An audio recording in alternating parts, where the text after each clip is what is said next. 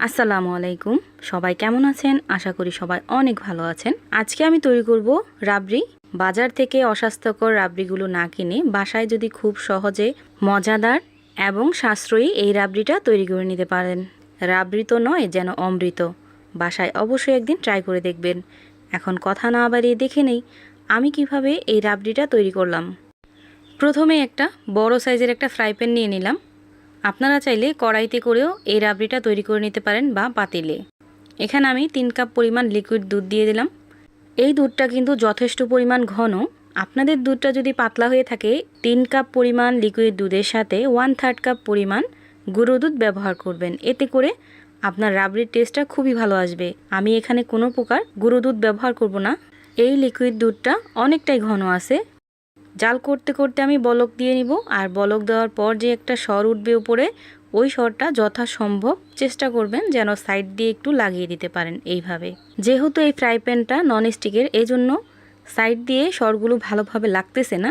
তাও আমি চেষ্টা করে যাব যতটা সম্ভব এই সরটাকে খুব ভালোভাবে লাগিয়ে নেওয়ার। এখন আমি চুলার হিটটাকে মিডিয়াম টু হাই হিটে রেখে জাল করে নেব। যতক্ষণ পর্যন্ত এই সরটা পড়বে ততক্ষণ আমি সরটা পড়ার সাথে সাথে এইভাবে সাইড দিয়ে লাগিয়ে নিব। এখন আমি দিয়ে দিব চিনি। চিনিটা দিলে রাবড়ির টেস্টটা কিন্তু খুবই ভালো আসে। আপনারা যদি চান চিনিটা এখানে স্কিপ করতে পারেন। এখানে আমি 2 থেকে 3 চামচ পরিমাণ চিনি দিয়ে দিলাম আর 2টা এলাচ দিয়ে দিলাম। এখন আমি এই চিনিটাকে দুধের সাথে খুব ভালোভাবে মিশিয়ে নেব। ততক্ষণ পর্যন্ত এখন জাল করে নেব যতক্ষণ পর্যন্ত এই দুধটা অনেকটা ঘন হয়ে না আসছে। আরও 5 মিনিট জাল করার পর অনেকটা সর কিন্তু উপরে উঠছে। এখন আমি এই সরটাকেও সাইডে লাগিয়ে দিব। এভাবে জাল করতে করতে আমি অনেকটা ঘন করে নেব।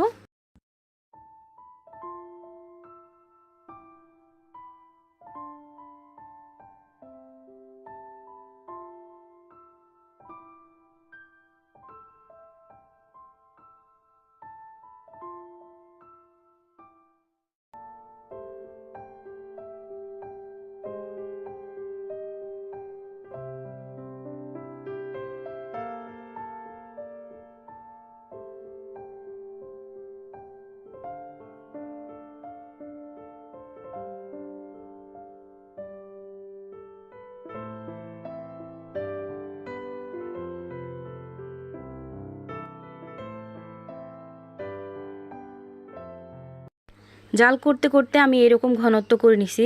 আগে থেকে যে আমি 2টা এলাচ দিয়েছিলাম, ওই এলাচ দুটো আমি ফালাই দিলাম। আর এই তো রাবড়িটা কিন্তু একদম পারফেক্টলি রেডি হয়ে গেছে। এখন আমি এই রাবড়িটা একদম ঠান্ডা করে নেব। চাইলে আপনারা ফ্রিজে রাখতে পারেন। আর এর থেকে বেশি ঘন করতে যাবেন না, ঠান্ডা হলে কিন্তু আরও অনেকটা ঘন হয়ে যাবে। আর এই তো দেখতেই পাচ্ছেন ঠান্ডা হওয়ার পর কীরকম হয়েছে। এখন আমি সাইডের যে সরটা লাগিয়ে রাখছিলাম ওই সরটা এখন আমি উঠিয়ে নিব। সম্পূর্ণ সরগুলো আমি সাইড থেকে ছাড়িয়ে নিছি। এখন আমি এই সরটাকে একটা খুন্তির সাহায্যে এইভাবে ছোট ছোট করে দেব। আমার এই ভিডিওটা যদি আপনাদের কাছে একটু হলেও ভালো লাগে তাহলে লাইক দিয়ে দিবেন আর ফ্যামিলি অ্যান্ড ফ্রেন্ডদের সাথেও শেয়ার করবেন। এখন আমি উপর দিয়ে কিছুটা পেস্তা বাদাম কুচি দিয়ে দিব। এই তো তৈরি হয়ে গেল মজাদার রাবড়ি। এভাবে রাবড়ি তৈরি করলে অসম্ভব টেস্টি হয়। দেখলেনই তো কত অল্প উপকরণে মজাদার এই রাবড়িটা তৈরি হয়ে গেল।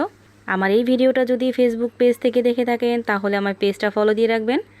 আর যদি ইউটিউব চ্যানেল থেকে দেখে থাকেন তাহলে আমার চ্যানেলটা সাবস্ক্রাইব করে পাশে থাকা বেল আইকনটা বাজিয়ে দিবেন। তাহলে আমি প্রতিদিন ভিডিও ছাড়লে আপনাদের কাছে খুব তাড়াতাড়ি পৌঁছে যাবে। সবাই ভালো থাকবেন, সুস্থ থাকবেন। আল্লাহ হাফেজ।